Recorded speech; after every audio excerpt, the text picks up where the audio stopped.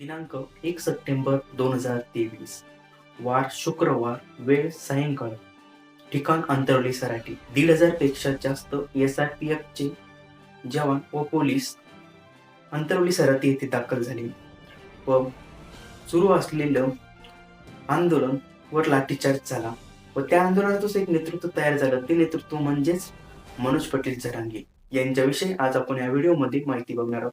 तर मित्रांनो, व्हिडिओ पूर्ण बघा आणि शेवटपर्यंत बघा. चला तर मग व्हिडिओ सुरू करूया.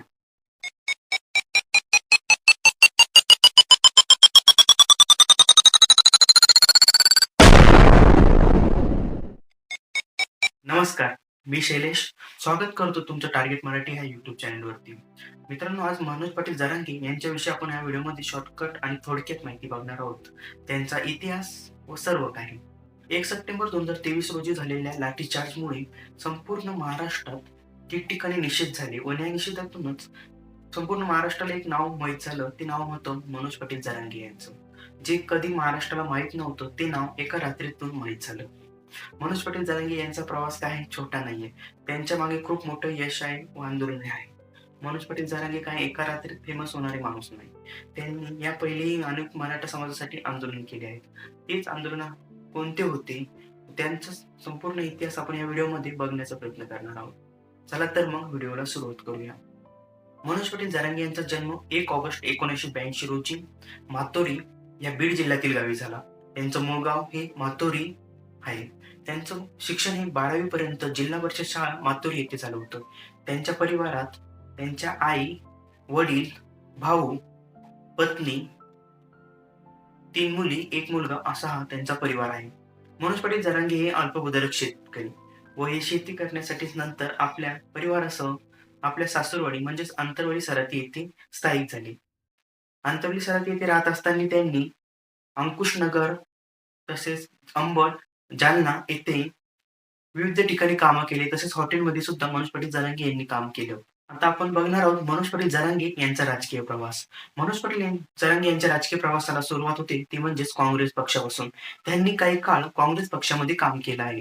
त्यानंतर ते काँग्रेस पक्षापासून बाजूला झाले व त्यांनी स्वतःची एक स्वतंत्र संघटना स्थापन केली. त्या संघटनेचं नाव होतं शुभा संघटना. शुभा संघटनेच्या वतीने ते महाराष्ट्रात विविध कामे करण्यास सुरुवात त्यांनी केली होती. प्रकरण झालं होतं, पोपटीच्या आरोपींना कोर्टात हजर करण्यात येत होतं. त्यावेळी शुभ संघटनेच्या कार्यकर्त्यांनी त्या आरोपीवर हल्ला केला होता व त्यानंतर त्या कार्यकर्त्यांना अटक झाली होती. त्यावेळेस मनोज पाटील जरांगे म्हणाले होते की जोपर्यंत त्या कार्यकर्त्याला जामीन होत नाही व ते घरी जात नाही तोपर्यंत मी घरी जाणार नाही. व तसंच झालं होतं. अंतरवली सराटी येथे मनोज पाटील जरांगे जोपर्यंत त्या कार्यकर्त्यांची जामीन झाली नाही तोपर्यंत घरी गेले नव्हते. तर आता आपण बघणार आहोत मनोज पाटील जरांगे यांनी केलेले मराठा समाजासाठीचे आंदोलन. त्यांची सुरुवात होते 2011 पासून. मनोज पाटील जरांगे हे 2011 पासून मराठा समाजाला आरक्षण मिळावं यासाठी विविध आंदोलने करत आहेत. सन 2012 साली शहागड येथील उड्डाण पुलावर 7 दिवसाचं आमरण उपोषण केलं होतं.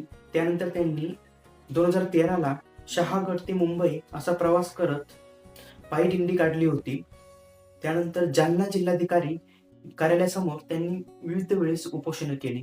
अंबड तहसील कार्यालयासमोर त्यांनी 11 वेळेस आमरण उपोषण केलं होतं. त्यानंतर छत्रपती संभाजीनगर येथे त्यांनी रेल रोको आंदोलन केलं होतं. त्यानंतर 2014 साली त्यांच्या नेतृत्वामध्ये छत्रपती संभाजीनगर येथील विभागीय आयुक्तालयावर बाईक रॅली काढण्यात आली होती. या बाईक रॅलीमध्ये जवळपास 1000 पेक्षा जास्त वाहनं सहभागी झाले होते व या आंदोलनाने पूर्ण महाराष्ट्राचं लक्ष वेधलं होतं. यापूर्वीही त्यांनी अशी 35 प्रकारे आंदोलनं केली आहेत. त्यानंतर 2021 साली साष्ट पिंपळगाव येथे त्यांनी मराठा समाजाला आरक्षण मिळावं म्हणून आंदोलनाची सुरुवात केली. त्यानंतर तिथे 3 महिने त्यांनी ठिय्या आंदोलन तसेच 6 दिवस आमरण उपोषण केलं होतं. गोरी गंधारी येथे त्यांनी केलेल्या आंदोलनाचं यश म्हणजेच मराठा आरक्षणासाठी मृत पावलेल्या व्यक्तीच्या कुटुंबांना आर्थिक मदत सरकारतर्फे मिळाली होती. 2021 साली केलेल्या त्यांनी शहागडच्या आंदोलनाला राज्य सरकारने त्यावेळेस दखल घेतली होती. त्यावेळेचे तत्कालीन मुख्यमंत्री उद्धव बाळासाहेब ठाकरे यांनी मनोज पाटील जरांगे यांना मुंबई भेटीसाठी निमंत्रण दिलं होतं. त्यानंतर मराठा आरक्षण हे कोर्टात गेलं व कोर्टाची प्रक्रिया ही खूप दिवस लागत आहे व त्यावर विद्यार्थ्यांवर अन्याय होतोय म्हणून मनोज पाटील जरांगे यांनी पुन्हा मराठा समाजासाठी आंदोलन करण्याची तयारी दर्शवली व त्यांनी गोदाकाठच्या गावांना भेटी देण्याचं ठरवलं. त्यानंतर ते रात्रंरात्र गोदाकाठचे गाव फिरत होते. त्यात एक तारीख ठरली ती म्हणजे ऑगस्ट. ऑगस्टमध्ये आमरण उपोषणाला सुरुवात करायची. त्यानंतर 29 ऑगस्ट रोजी आमरण उपोषणाला सुरुवात करण्यात आली व आमरण उपोषणाचं स्थळ होतं हेच अंतरवली सराटी येथे. 1 सप्टेंबर 2023 रोजी याच आंदोलनावर लाठीचार्ज झाला.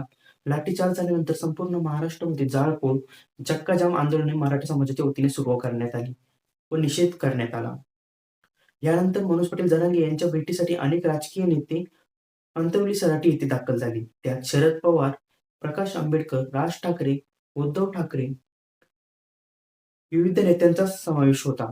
त्यानंतर छत्रपती संभाजीराजे हे त्यांना भेटण्यासाठी पहिले आले होते. संभाजीराजे यांनी भेटून मनोज पाटील जरांगे यांचे अश्रू पुसले व त्यांना सांगितलं होतं, तुम्ही आता रडू नका, तुम्ही आता समाजासाठी लढा.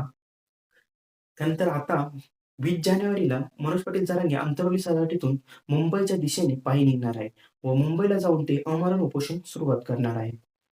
तर मित्रांनो, ही होती मनोज पाटील जरांगे यांच्याविषयी माहिती, जी आम्ही तुम्हाला शॉर्टमध्ये देण्याचा प्रयत्न केला.